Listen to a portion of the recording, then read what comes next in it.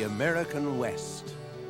Perhaps no other phrase has inspired more longing, vision, and hope, awakened more spirit of adventure and discovery, or motivated more human migration. The quest for new beginnings, the promise of unseen territory and uncompromised lands, the challenge of blazing new trails to the place that must exist, just beyond the sunset. Thus, the American West is more than a geographical fact. It is a spirit, a concept, a country of the mind, and it holds an intrinsic key to our national character. More than a place, the West is many places within a realm where boundaries seem an illusion and time stretches beyond human memory.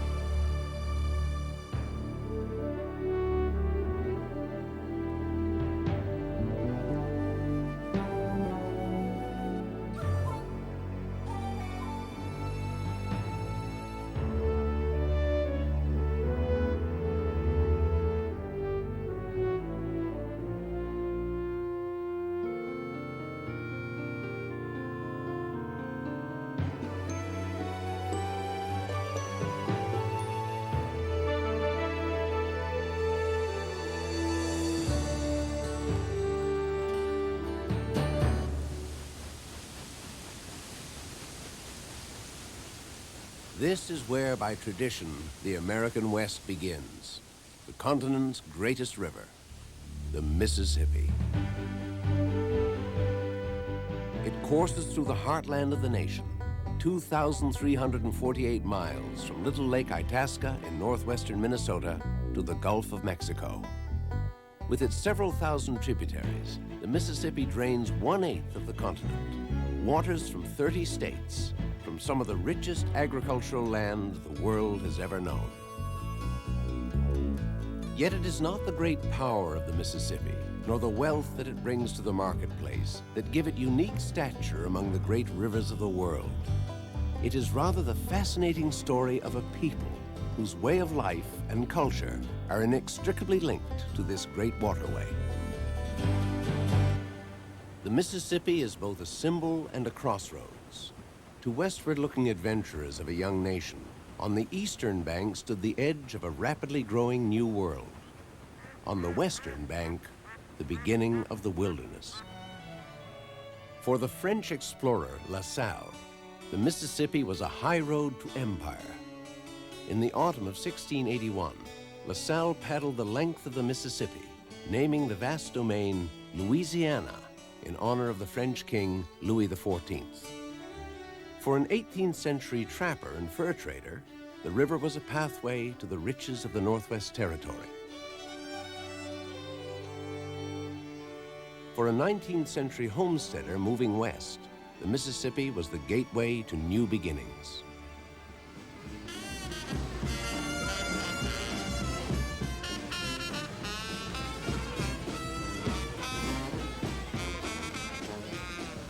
The soul of the southern part of the Mississippi is found in New Orleans, especially in the 100 blocks of the old city that spread out from the riverside buildings bordering Jackson Square in the French Quarter.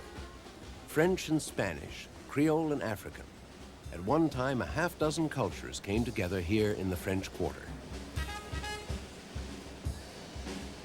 Through the years, this is a city that has never forgotten how to eat and drink well, has always been ready to throw a party, and remembers the way to play the music that was born here next to the Mississippi.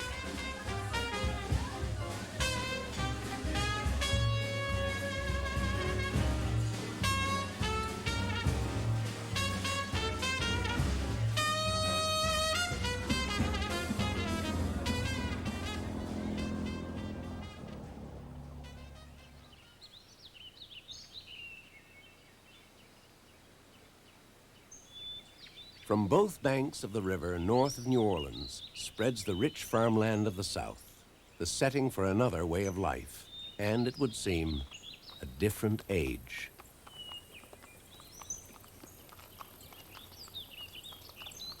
Some of the great plantation houses still stand, remnants of the day when cotton was king, hoop skirts were the fashion, and gentlemen fought duels of honor.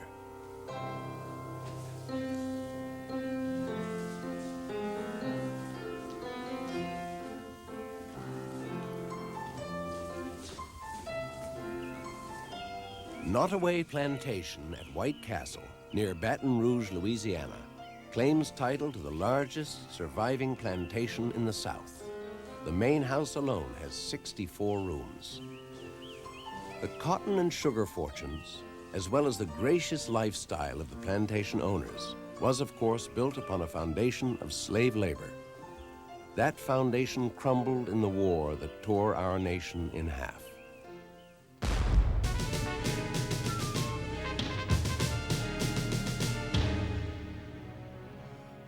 Long before the United States acquired the lands of the Mississippi from the French through the Louisiana Purchase of 1803, this river was recognized as the vital artery into America's heartland.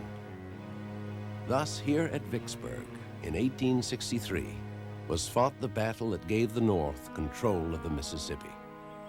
Vicksburg's National Military Cemetery memorializes the place where the Confederacy lost one of the most crucial battles of the Civil War, and where thousands in uniforms of both blue and gray lost their lives.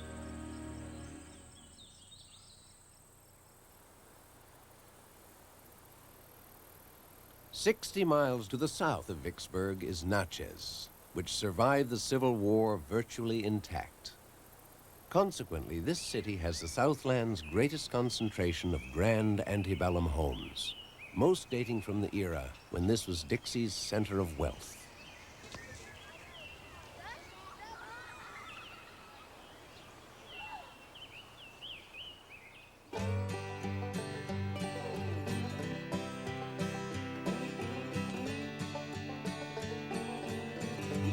"630 miles upriver in Missouri is a quaint neighborhood that almost every American will recognize, for the residents are old friends from our childhood. Hannibal, hometown of Tom Sawyer and Huckleberry Finn. The creator of the adventures of Tom and Huck, Samuel Clemens, took his pen name, Mark Twain, directly from his life as a pilot on the Mississippi River steamboats. Mark Twain was riverboat slang for 2 fathoms deep, safe water, just deep enough to be navigated.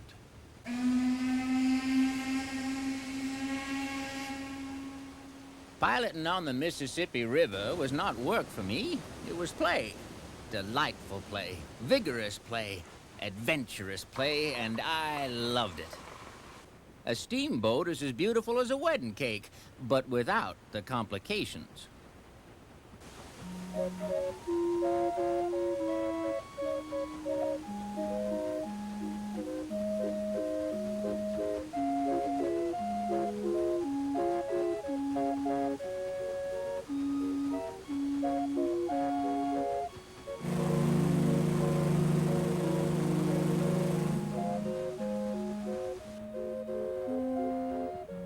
Today, there are only 2 such vessels left on the river, the Delta Queen and the Mississippi Queen. But from the mid-19th century until the Great Depression, glamorous boats like them plied the river, carrying a colorful cast of passengers: Southern belles, cotton kings, gun-toting gamblers, sugar barons, and cure-all salesmen. Indeed, these waters have always seemed to nurture a special kind of human legend. Perhaps it's because the shifting sandbars and channels, the floodwaters, and the sheer force of powerful currents are a constant challenge to human ingenuity, and a continuing reminder that the final word here comes from only one source: Old Man River.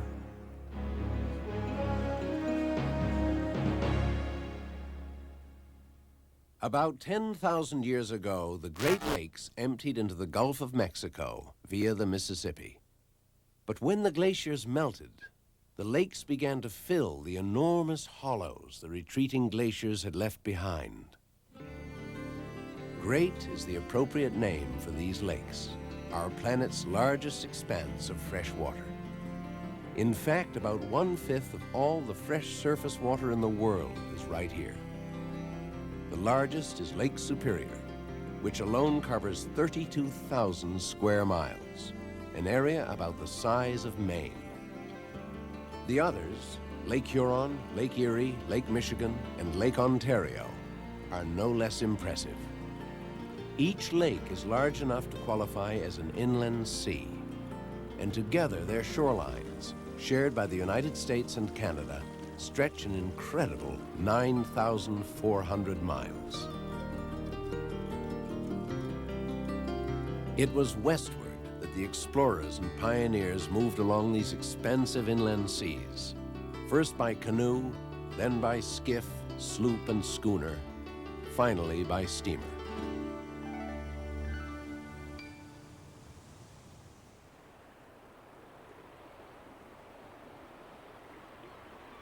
Many a luckless captain lost his ship in the furious storms that can make the lakes a mariner's nightmare. Some of the wrecks can still be seen from the surface. These ghostly remnants have rested on the bottom for more than a century. Most of the lighthouses that once guided storm-tossed ships without the aid of electricity are now fully automated.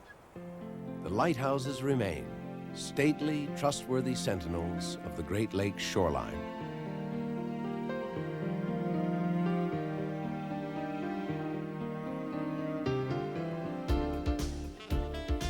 The lakes are one of the continent's busiest routes for waterborne commerce. Chicago is just one of the many dynamic cities that line its shores.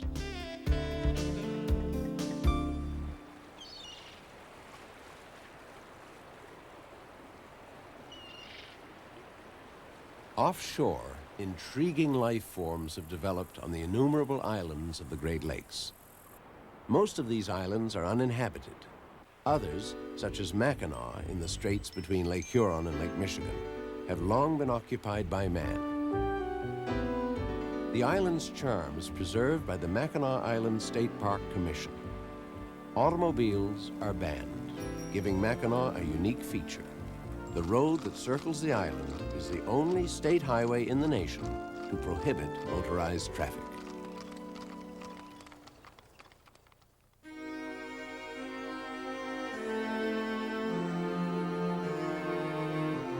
At Pictured Rocks National Lakeshore in northern Michigan, the cliffs, carved by waves, rain, and ice, soar as high as 200 feet above Lake Superior in layers of brilliant color.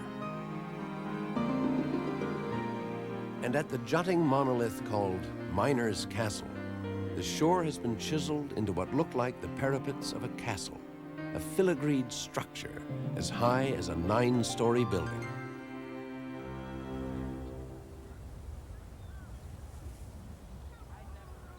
To the south, on Lake Michigan, lies one of America's biggest sand piles, Sleeping Bear Dunes National Lakeshore. The sand is constantly on the march before the commanding winds. Always moving, reshaping, changing, the dunes steal relentlessly inland 2 feet a year, a seeming fantasy in a land probably best known for its lakes and forests.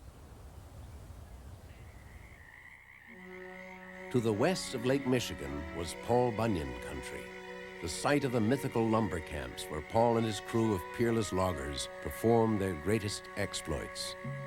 After they had logged off the trees in the Great Lakes region, Paul headed west. At least that's how legend has it. Even Paul Bunyan must have found the trip west a challenge, because along the way, even the most rugged frontiersman had his mettle tested by places such as this.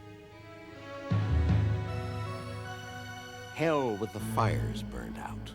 That's how General Alfred Sully described this region in South Dakota. after he'd been sent there in the 1860s.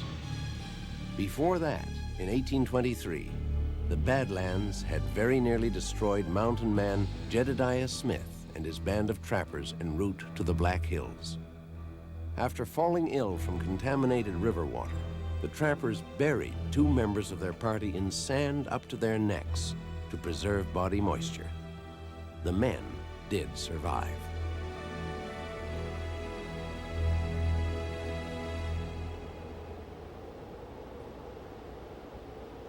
Even the Native American tribes of the Dakotas avoided this place. They named it Makoshika, the Badlands. And the Badlands it has remained.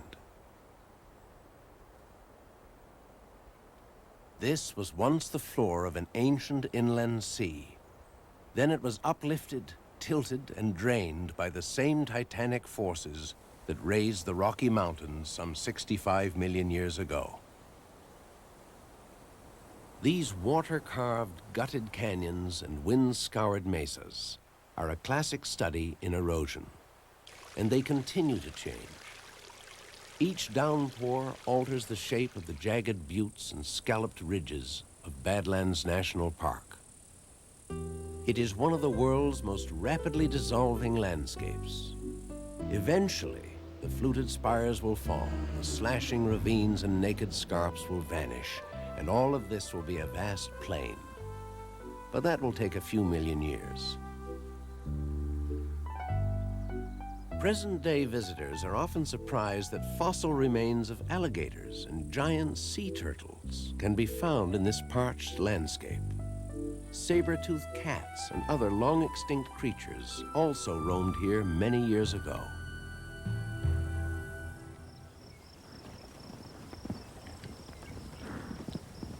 Today, another animal out of America's past roams the Badlands. Bison, up to 700 head. Barely that many were left on the entire continent at the turn of the century, after the railroads, the hide hunters, and Buffalo Bill had had their way.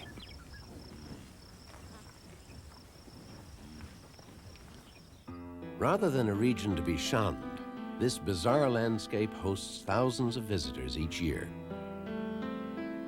Many find that they agree with Theodore Roosevelt, who once had a ranch in the North Dakota Badlands. Said Teddy, "It has a curious, fantastic beauty of its own." And renowned architect Frank Lloyd Wright saw spirituality in the sculpted pyramids, knobs, and pinnacles of the Badlands. In his words, "Here, for once, comes complete release from materiality. Communion with what man often calls God is inevitable in this place."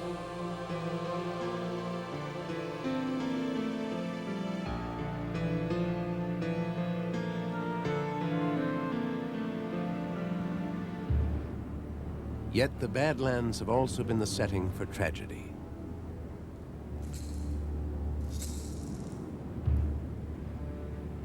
The winter of 1890. Chief Bigfoot and 152 of his followers have been massacred by the U.S. Army at Wounded Knee. The Sioux, several thousand strong, come from the Pine Ridge Reservation to the Badlands. They gather here atop Stronghold Table to perform the Ghost Dance. It is their final, desperate attempt to evoke the Great Spirit to restore land that has been taken from them. Their supplication is in vain. Chief Red Cloud speaks, for a time that is passing, for a cause that is lost. Riches would do us no good. We could not take them with us to the other world. We do not want riches. We want peace and love. I never want to leave this country. All my relatives are lying here in the ground. And when I fall to pieces, I am going to fall here.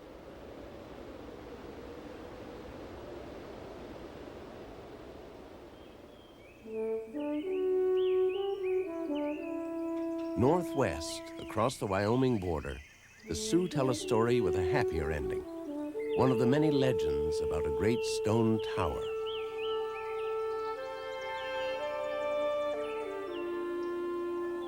Three maidens, the story goes, were gathering flowers when they were attacked by bears. To escape, they climbed upon a boulder. Seeing their distress, the gods made the rock grow higher. As the bears tried to climb it, the rock continued to rise until, at last, the bears fell and were killed. But on the sides of that rock, you can still see the deep scratches their claws left behind. Scientific speculation is less romantic. Most geologists believe that the monolith is the throat of an old volcano, left standing after the softer rock surrounding it was stripped away by wind, water, and frost.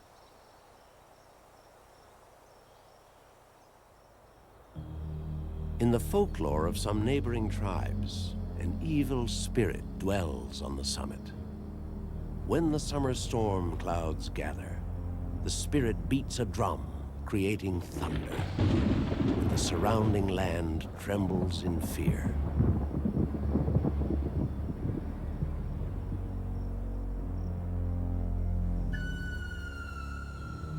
Bad God's Tower was how early white explorers interpreted the Sioux name for Devil's Tower. Today, its imposing mass continues to be a mystical setting for legend and myth. Steven Spielberg, director of the popular science fiction movie Close Encounters of the Third Kind, chose Devil's Tower when he needed a landing site for beings from another world.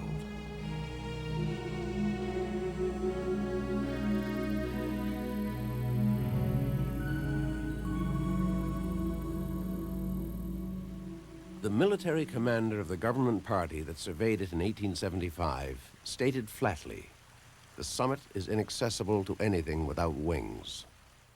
18 years later, he would be proved wrong by cowboy William Rogers and his sidekick Willard Ripley. On the 4th of July, 1893, the pair celebrated Independence Day by scaling Devil's Tower. They used a 350-foot ladder, a series of hardwood pegs driven into crevices in the rock wall.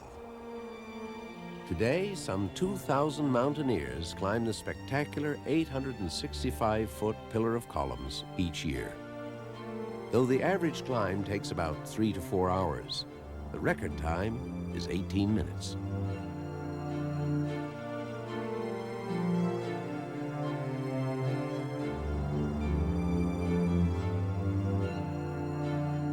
An acre and a half of grasses and shrubs crown the fairly flat top of the tower. Surprisingly, it is populated by a colony of mice and chipmunks. But what inspired these animals, or their ancestors, to climb to such a place remains a mystery. In 1906, this nature-created skyscraper was designated Devil's Tower National Monument, the first of our country's national monuments.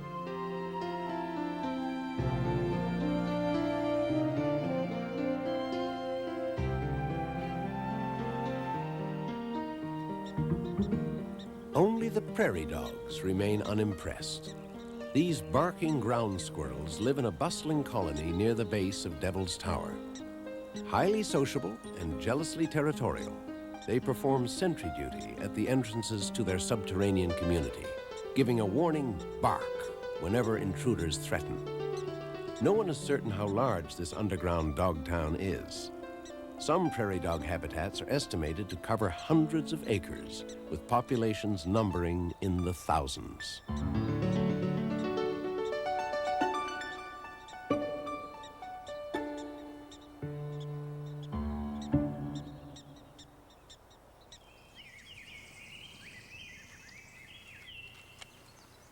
Perhaps the most extensive wildlife population in all of North America lies along the spine of the Rocky Mountains, where two ranges of the Northern Rockies slice south through Canada into northern Montana. Most of the mammals native to the United States, 57 different species, have found a home here. This magnificent animal habitat has been set aside as protected parkland on both sides of the border. In Montana, it is called Glacier National Park. In the Canadian province of Alberta, it is named Waterton Lakes National Park. In 1932, the neighboring nations dedicated the two parks as the world's first international peace park. Wildlife is only one of the attractions of this region of majestic mountains, forested valleys, and flower-laden alpine gardens. The Going to the Sun Road, an east-west highway that traverses the park, is one of the world's great scenic routes.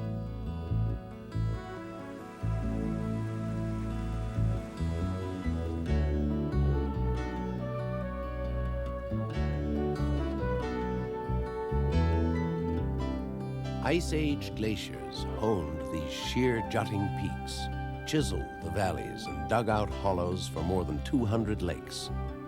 That process continues even today. Some 50 glaciers are still on the move in the high country, slowly grinding and sculpting this mountain wilderness.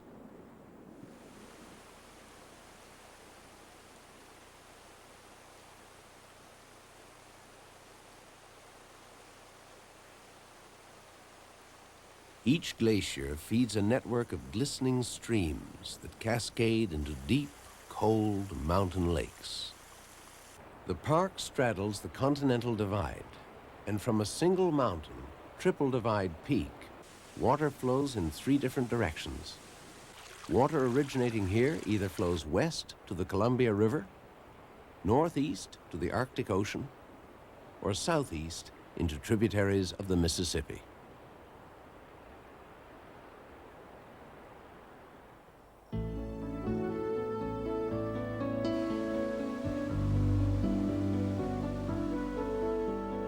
Some of the most spectacular alpine scenery in the United States lies within the park boundaries. And although the highway presents a continuously changing panorama, this is walking and hiking country.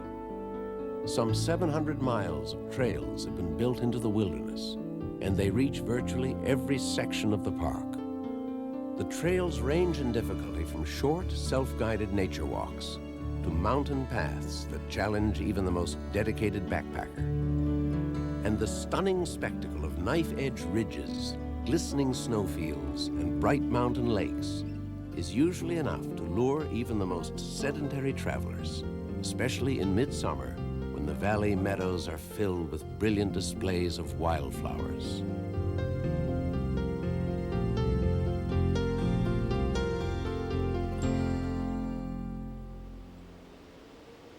Winter comes early in the northern Rockies.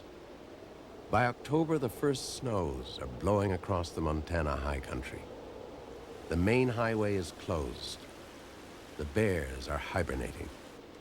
Many of the birds have headed south.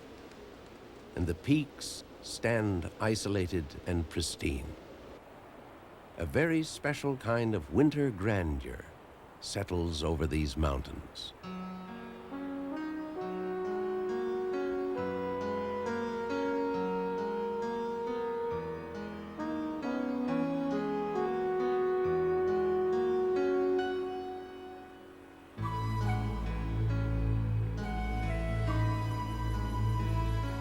Even in the frigid winter, there is one part of the Rocky Mountain landscape that is always at the boiling point. It is an eerie display.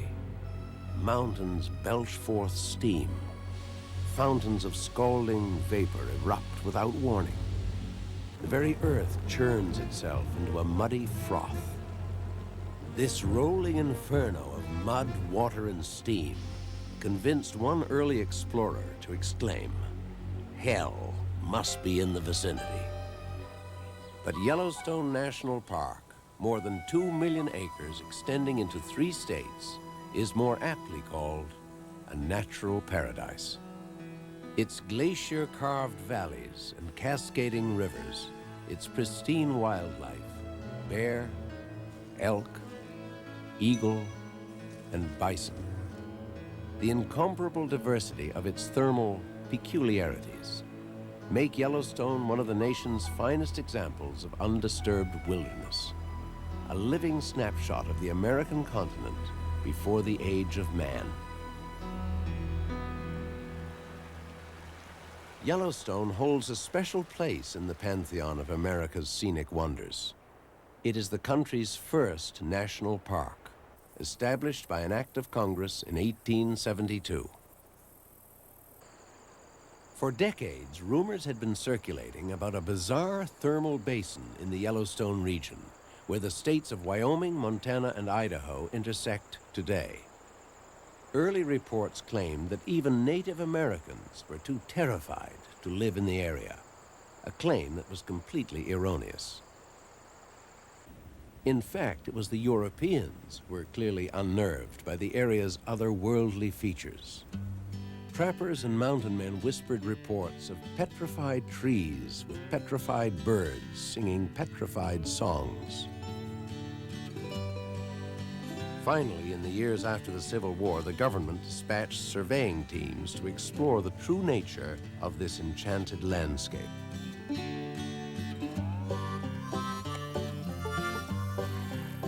When one expedition brought its photographs and sketches back to Washington, D.C., a once skeptical Congress proclaimed Yellowstone a protected park, and the philosophy of wilderness management was born.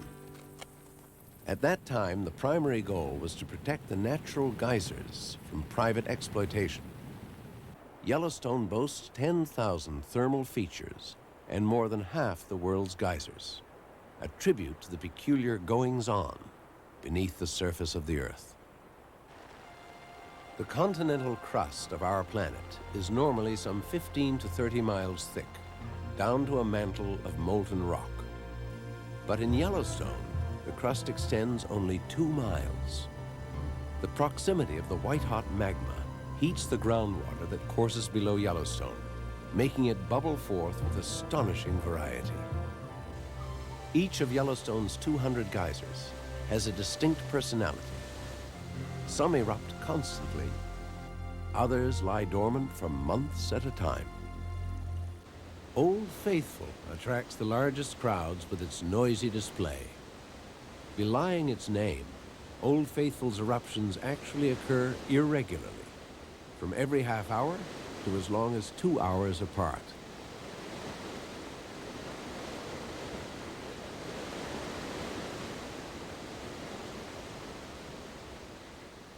The delicate formation called Minerva Terrace seems to rise out of a liquid rainbow, a pool of many colors created by algae and bacteria thriving in the warm springs, an exquisite interplay of earth, water, and heat. Thousands of years ago, that same trio of elements combined to create one of the park's most spectacular features, the Grand Canyon of the Yellowstone, a series of cascades in the Yellowstone River. The lower falls plummet 308 feet, almost twice the height of the falls at Niagara, into a chute that carries the water through 20 miles of volcanic rock. The myriad colors of the sheer walls, golden, orange, pink, umber, even white, were forged by high temperatures that organically altered the rock. If earth, water, and heat are the ongoing forces of change in Yellowstone, there is one other element that long ago helped to shape the land here: ice. 4 massive migrations of glaciers have passed through the park, leaving steep cliffs and sawed-off mountains, and eventually clearing the way for Yellowstone's most beloved inhabitants, its wildlife.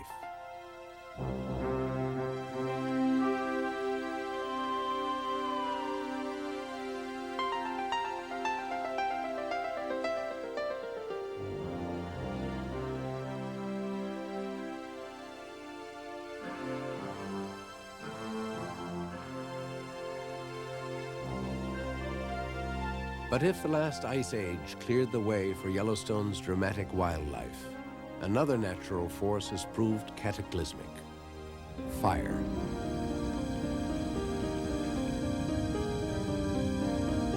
In 1988, massive forest fires raced through drought-stricken Yellowstone, burning 800,000 acres. more than a third of the park. At first, the prognosis was grim. Could the animals survive the destruction of fragile habitats? Would the park's diversity be ruined forever? Although the final verdict is not in, the recovery process has been nothing short of spectacular. The natural fire-resistant qualities of the pines have resulted in quick reseeding. Ground cover is spreading rapidly, and the wildlife populations appear to be healthy and stable.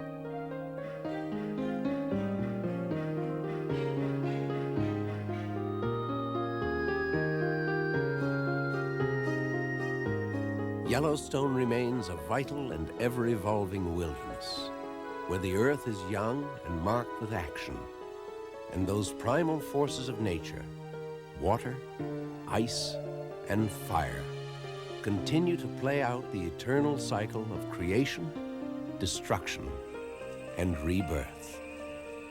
It is a land where the only constant is change.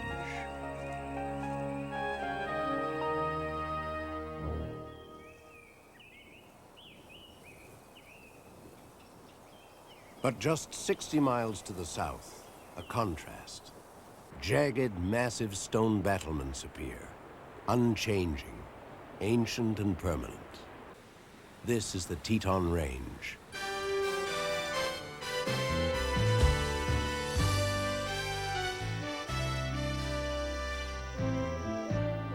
Grand Teton itself, the great sawtooth spire that gives its name to the entire range, soars 7,000 feet above the valley called Jackson Hole. It's just one peak in a sheer rampart of stone, 40 miles long and 12 to 15 miles wide. This rugged wall was built over millions of years. As the continent shifted to the west, the movement created a fracture or fault in the crust of the earth. Eventually, a series of jolting earthquakes raised the mountains along the fault lines. As the mountains hinged upwards, the crust of the earth next to them dropped down, forming Jackson Hole. Ice Age glaciers scraped and sculpted the peaks into cathedral-like crags and carved dramatic canyons below. The result? One of the continent's most spectacular displays, Grand Teton National Park.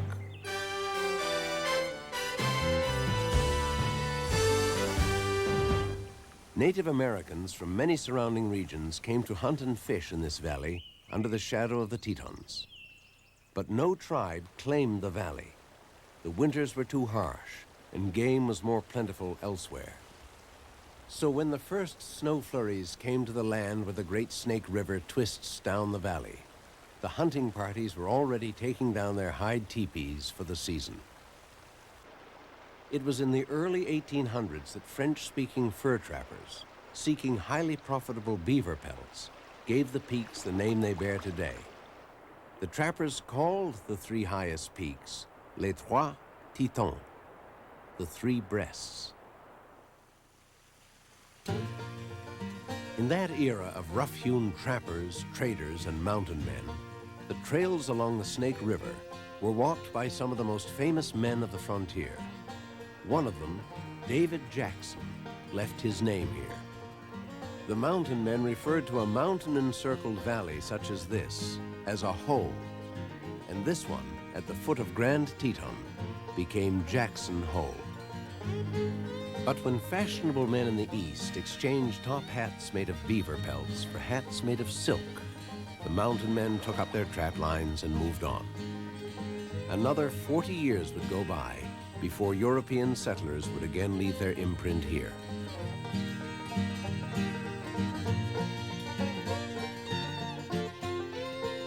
After 1900, ranchers tried to settle the area. They left a lasting legacy as Jackson Hole became an outpost for ranchers, cowboys, outlaws, land wars, and all the other ingredients that to most of the world spell the American West.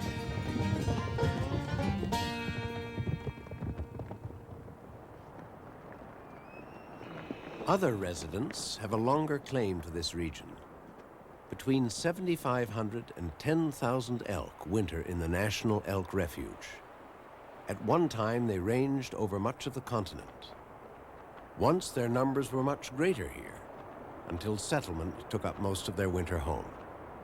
Because of ranger and park protection, today's elk are safe, as are the trumpeter swans, once on the verge of extinction. Named for their booming, trumpet-like call, there are only some 1,700 trumpeter swans in the world. This is one of the few places they inhabit, usually in pairs. Like most swans, they mate for life. Their wingspan makes them the second largest bird in North America. The soaring cliffs, the inspiring granite peaks, the bold spires of raw sculpted rock, the sheer size and massive scale of the Tetons make the delicate wonder of the flowers that adorn these alpine meadows even more dramatic.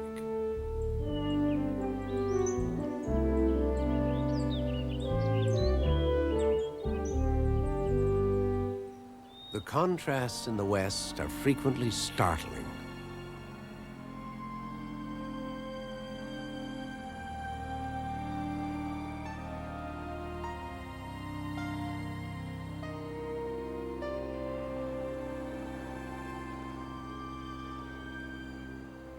Consider, for example, this sculpted landscape in eastern Utah, Arches National Park.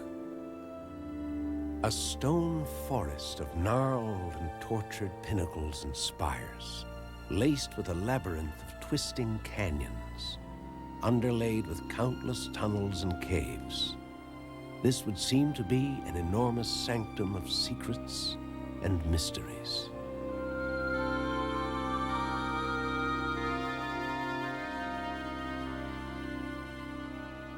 Some of the structures, like the appropriately named Delicate Arch, are so perfectly formed that they appear to have been placed here by human hand. And that's what some early explorers suspected. They likened the arches to the work of a lost civilization.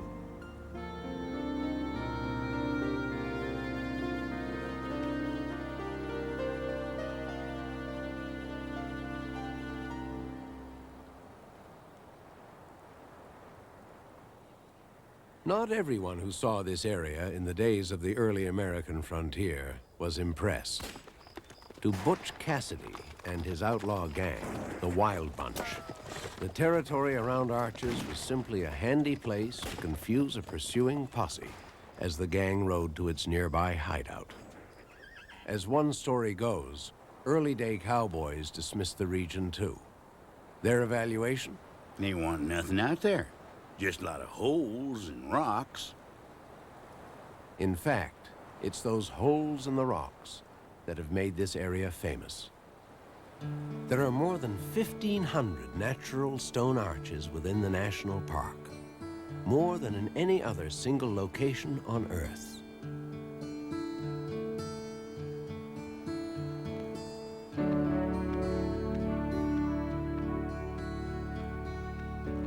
Water, ice, wind, and extreme temperatures, and the constant shifting and buckling of an underground salt bed are responsible for this gallery of sandstone sculptures.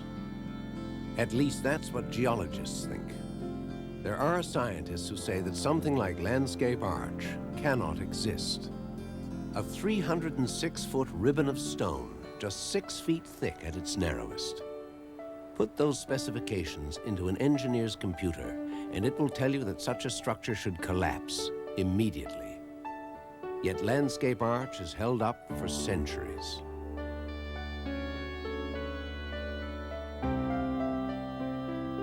Despite the appearance of antiquity on a grand scale, the structures of Arches National Park do change, sometimes in a few violent seconds. That's what happened here in 1940, when a large section broke free from Skyline Arch, doubling the size of the arch's opening. Yet sudden change is rather rare in nature.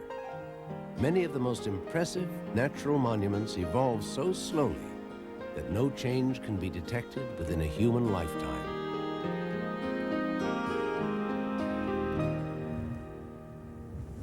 One great corridor of Western America is, to those who study the Earth, a gigantic time machine. This remarkable phenomenon is sometimes called the Grand Staircase. What is the staircase? A series of plateaus that descend step by step south from Utah to Arizona. Its steps record some 225 million years of geologic history. The bottom of Grand Canyon rests on rocks 1.5 billion years old, perhaps as old as life itself. A middle step is Zion Canyon. Its walls document in stone a 70 million year span of the age of reptiles. On the top step is the comparative newcomer, Bryce Canyon. Most of these rocks belong to our era, the age of mammals.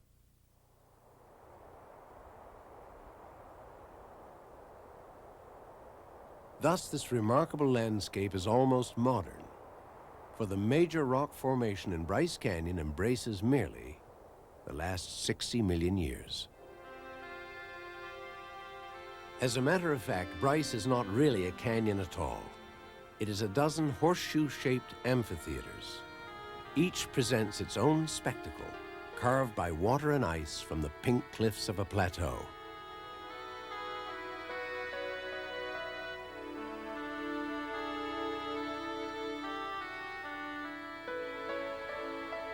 The people of the Paiute tribe call this place red rocks standing like men in a bowl-shaped canyon. And according to Paiute legend, these figures were once living creatures, birds, animals, lizards, that had the power to appear as humans. But they angered the powerful spirit Sinaway, who in a fury turned them into stone.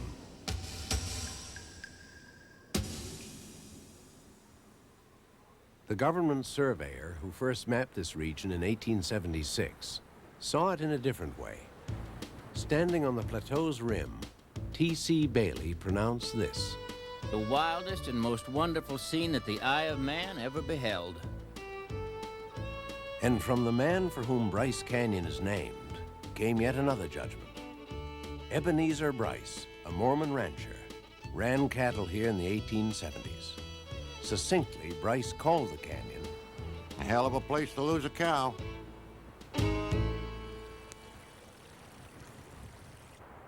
The same forces of water, frost, and ice that created Bryce Canyon are also slowly destroying it. The canyon rim recedes about 1 foot every 50 years. But at the same time that these stone figures are eroding and washing into the valley below, new forms are being sculpted out of the layers of vividly colored sedimentary rock. At one time, all of this was merely gravel, mud, and sand, the bed of a vast lake. But over the millennia, minerals and tremendous pressure cemented these elements together into a 2,000-foot thick layer of rock. Then colossal movements in the Earth's crust tilted it up and cracked it open, leaving the layers exposed to the eroding elements. All of this started 60 million years ago, no more than a blink in geologic time.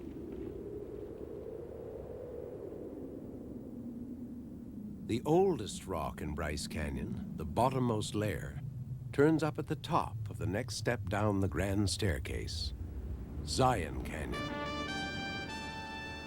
The Lord's house shall be established in the top of the mountains, and shall be exalted above the hills.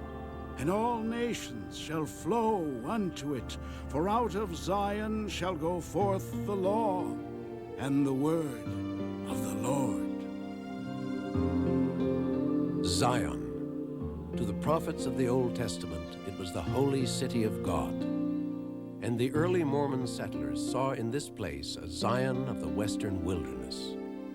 Here, nature built with an architecture that could be considered religious. For the Mormons, the formations resemble temples, cathedrals, and altars.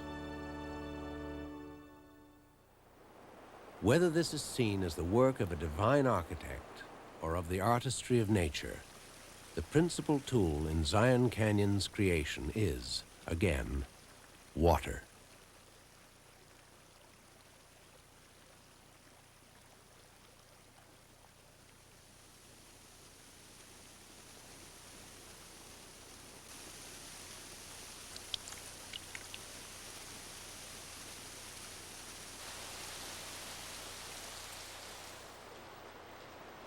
For obvious reasons, this section of Zion Canyon is called the Narrows.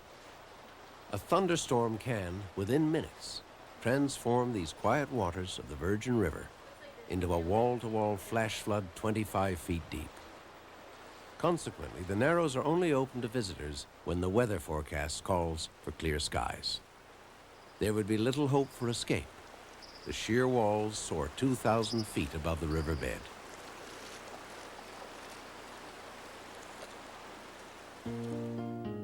Today it is possible to visit many parts of Zion National Park by car. One route, in fact, passes through what may be America's most scenic tunnel, with windows opening onto dazzling views of Zion Canyon. And much more of this spectacle can be seen from the trail. But there are still many far reaches of the park that have never known a human footprint, and perhaps never will. Its massive buttes, pinnacles, and mesas are chiseled from one of the most brilliantly colored rock masses on Earth. Thousands of bright and delicate formations such as these will, in the farthest ravines, evolve, crumble, and fall without ever being seen by man. Each an unrecorded chapter in the story of Zion, a story that has been unfolding since before dinosaurs ruled the earth. The oldest layer of limestone in Zion forms the top of the lowest step on the grand staircase, the step that leads to the beginnings of our continent, Grand Canyon. At a section of the canyon known as Granite Gorge, the great gouge in the earth plunges 1 mile deep and reveals some 2 billion years of our planet's past. The walls are a descending march through the ages. The shale was once ocean bottom, the sandstone once a scorching desert. Deeper than the remains of reptiles are the traces of amphibians, and below them, the fossils of the early vertebrates. And even deeper, remnants of the very first primitive forms of life. On all the earth, this is the best place to see, at a glance, such a microcosm of our planet's natural history.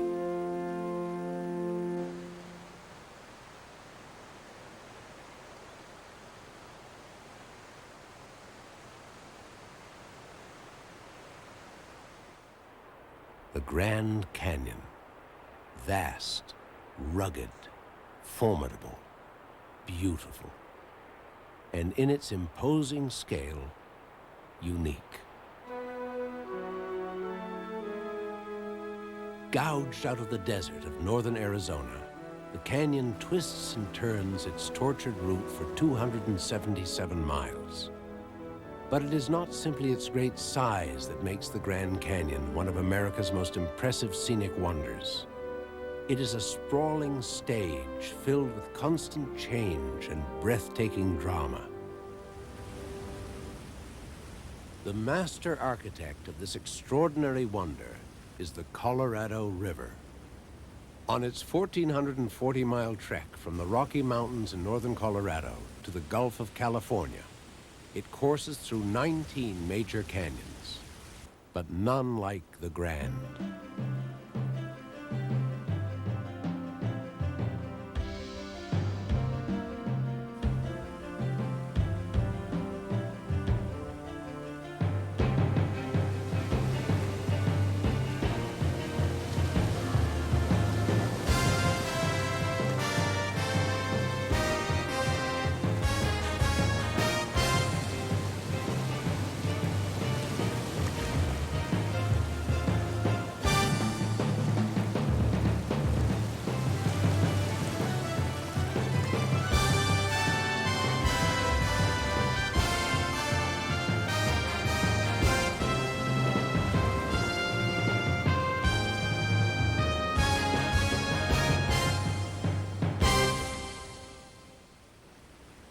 Like an artist, never satisfied with a masterpiece, the Colorado is incessantly reshaping and redesigning the canyon.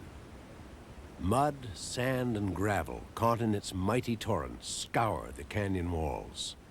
Miniature chisels that sculpt the canyon even further. Today, there are two main trails into the canyon, the Kaibab and Bright Angel. In 1928, a suspension bridge between the north and south rims was built at the foot of the Kaibab. Since animals couldn't make the treacherous journey down the cliffsides, some 50 men, mostly Navajo and Havasupai, hoisted the 2,000-pound suspension cables onto their backs and hauled them 7 miles down to the river's edge. Annually, thousands of tourists traverse the switchbacks while perched on the canyon's famous mules. Those who make the 6,000-foot descent into the canyon from the North Rim pass through 4 different climate life zones. The extremes in temperature are comparable to traveling the 3,000 miles from the forests of British Columbia to the deserts of Sonora, Mexico. Each section displays its own distinct animal and plant life, from a scorpion scurrying in the searing heat on the canyon's floor to the majestic rock-climbing bighorn sheep. It was in 1869 that the first documented expedition conquered the Colorado through the treacherous Grand Canyon. The leader of that crew of adventurers was a persistent, one-armed Civil War veteran, John Wesley Powell. His journal of the trip brought this natural spectacle to the attention of the world. The canyon has been described 1,000 times since, but never more fittingly than by Powell himself. The glories and the beauties of form, color, and sound unite in the Grand Canyon. Forms unrivaled even by the mountains, colors that vie with sunsets, and sounds that span the diapason from tempest to tinkling raindrop, from cataract to bubbling fountain. If one place alone had to be selected to symbolize the challenging scale, the great sweep of time, the rugged natural beauty of the American West, surely the Grand Canyon would be it. In these places, today held in trust as a part of our national heritage, we can discover the links between our past and present, and our connection to all living things.